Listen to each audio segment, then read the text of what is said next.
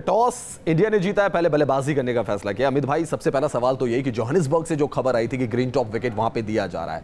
ऐसी स्थिति में आप टॉस जीतकर पहले बल्लेबाजी कर रहे हैं, क्या एक सही फैसला है या शायद विराट कोहली ये सोच रहे हैं कि डुप्लेसी ने दोनों टेस्ट मैच में टॉस जीता, पहले बल्लेबाजी की और साउथ अफ्रीका विनर भी रहा? देखिए, दो टेस्ट में जो हमने देखा है कि टॉस जीत के पहले विराट फील्डिंग करने जाते थे, पर यहाँ पर जो जोबा का विकेट है यहाँ पहले दिन थोड़ा स्पंजी बाउंस रहता है, बाद में जैसे जैसे विकेट ड्राई होता जाएगा वो फास्ट वो क्या टर्म है, बुलरिंग इस विकेट को कहा जाता है जिसमें बाउंस भी है, तो कहीं ऐसा ना हो कि आत्मघाती हो जाए अमित भाई? देखिए, आप ये कहते हैं टफ डिसीजन है, आपको डिसीजन लेना था, क्योंकि आप दो मैच में ये देखें हम चेस करने जा रहे हैं, 203 रन चेज नहीं हुए, 280 रन चेज नहीं हुए, तो यहाँ अपने पे प्रेशर की जगह देखते हैं कि अगर हम पहले बैटिंग करके एक अच्छा टारगेट दे देते हैं, 270-80 भी बनाते हैं, तो एक अपर हैंड होगा, क्योंकि कंडीशंस वहाँ देखी गई है कि साउथ अफ्रीका की बैटिंग इतनी स्ट्रॉन्ग नजर नहीं आई पूरी सीरीज में देखा जाए, खाली एक जगह स्ट्रॉन्ग रही कि उनके जो ओपनिंग पार्टनरशिप है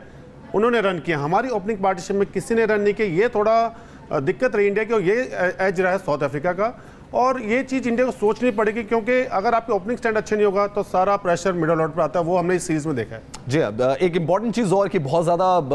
अगर पिछले मैं 5-6 दिन या एक महीना निकालूं, प्लेइंग 11 भी हम दिखा रहे हैं, जसप्रीत बुमराह हैं, मोहम्मद शमी हैं, बदलाव जो हम आपको दिखा रहे हैं, अजिंक्य रहाणे टीम में वापस आ गए हैं, भुवनेश्वर कुमार की टीम में वापसी हुई है। और अमित भाई, मेरा सवाल ये कि पिछले 20 दिनों से जिस खिलाड़ी को लेकर चर्चा हो रही है वो अजिंक्य रहाणे हैं, मीडिया का दबाव,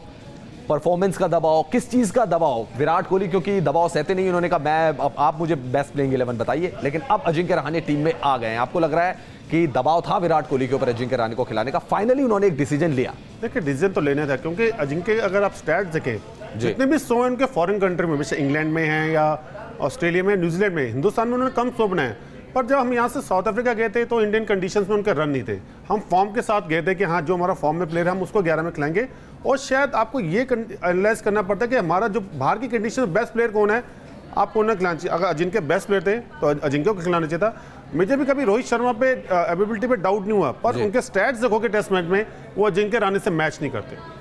जी हाँ, लेकिन बड़ा सवाल ये भी है, जैसा रवि शास्त्री ने कहा, जैसा विराट कोहली ने कहा कि टीम मैनेजमेंट एक फैसला लेता है फिर उसको बैक करता है, लेकिन अमित भाई मुझे याद नहीं आ रहा हाल फिलहाल के टेस्ट मैचेस में आपने स्पिनर को ड्रॉप किया, हालांकि ज्यादातर टेस्ट मैचेस आपने इंडिया में खेले, लेकिन जब फॉरेन सॉइल में भी आपने टेस्ट मैचेस खेला, रविंद्र जडेजा आपके साथ थे, आर अश्विन आपके साथ थे, लेकिन यहां पर पहली बार ऐसा लग रहा है कि 5 पेसर्स के साथ आप मैदान में उतर रहे हैं। हाँ, उतरना पड़ेगा, क्योंकि आपके पास ऑप्शंस नहीं है, क्योंकि जैसा विकेट से जो का विकेट दिखाया गया है कि मीडियम पेसर को ज़्यादा हेल्प करेगा, और जब अश्विन को यूज़ ही नहीं होगा तो आपको एक स्लॉट खराब होता है वहाँ पे, तो शायद विराट कोहली ने एक अच्छा डिसीजन लिया कि 4 मीडियम पेसर खेलें और एक हार्दिक पांड्या ऑलराउंडर एबिलिटी में खेल रहे हैं, तो आपके बेसिक देखा जाए तो 4 मेन बॉलर हैं, अगर वो 4 मेन बॉलर विकेट नहीं लेंगे तो हार्दिक पांड्या को आप देखते हो, तो यहाँ पर कंडीशंस अच्छी हैं। अब देखते हैं कि इंडियन ने टॉस जीत के जो डिसीजन लिया है उस टॉस पे कितने निर्भर रहता है, क्या अमित भाई, भुवनेश्वर कुमार की वापसी हो गई और सेंचुरियन में सब कह रहे थे कि यहाँ पे आपने भुवनेश्वर कुमार को क्यों ड्रॉप कर दिया, एक इनफॉर्म बॉलर था आपके पास, फाइनली वो टीम में वापस आ गए, आपको लग रहा है स्ट्रेंथ थोड़ा और बढ़ाएंगे?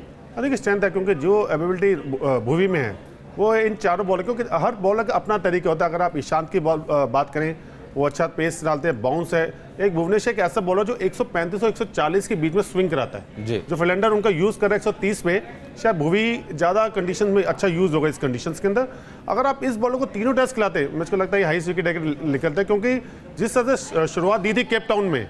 अगर आपको ऐसी शुरुआत एक बॉलर देता तो वो सारे मैच खेलना चाहिए मेरे हिसाब से। जोहानिसबर्ग टेस्ट मैच की हम बात कर रहे हैं, टीम इंडिया ने टॉस जीता है, पहले बल्लेबाजी करने का फैसला किया है। अमित भाई, सबसे बड़ी प्रॉब्लम टेस्ट सीरीज में जो देखने को मिली है ओपनिंग को लेकर,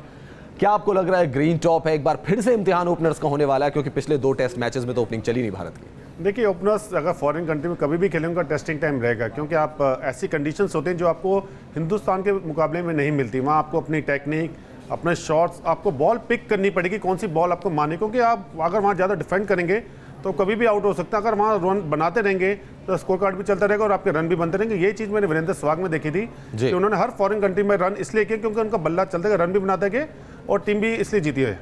पुजारा ने भी निराश किया आपको, क्योंकि पिछले टेस्ट मैच में तो दोनों पारियों में रन आउट हो गए? हाँ, देखिए, डिसपॉइंट तो रहा, क्योंकि जिस तरह के वो प्लेयर है, जिस तरह से उनके आंकड़े बोलते हैं, अगर ऐसा प्लेयर रन आउट हो जाएगा टीम को कहीं भी भला नहीं होगा, तो नुकसान इंडियन टीम को होगा और उनका खुद का भी हो रहा है, क्योंकि जिस तरह से पुजारा इस सीरीज़ में गए थे, नंबर 1 गए थे, शायद 1000 रन किए उन्होंने लास्ट ईयर, और बहुत डिपेंड है इंडियन 3 नंबर पे, और जिस तरह से राहुल डेविड के बाद कहते हैं कि बेस्ट प्लेयर मिला टेक्निक का, तो वो पुजारा ही है।